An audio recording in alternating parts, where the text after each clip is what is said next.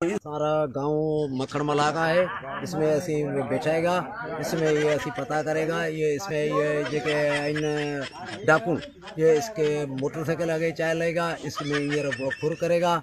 ये इसमें ये आदमी 3 आदमी 2 असा बधेगा इधर गांव में बधेगा।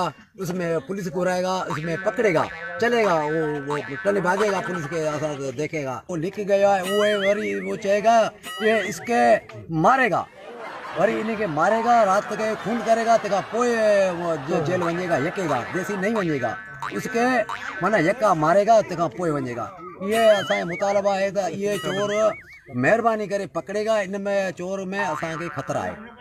ये हाँ ये असांखे एसपी साहब असांखे हाणे एसपी साहब के अर्ज़ु आहे त इहे असांखे अमन ईमान असांजे ॻोठ में करेगा ऐं इहे जेके आहिनि डाकू आहिनि इन खे पकड़ेगा।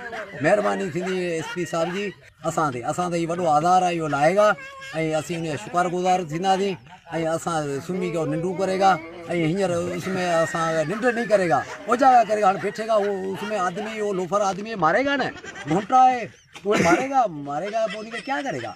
अब ये मरेगा, ये खून है इसमें डालेगा वो क्या करेगा यार।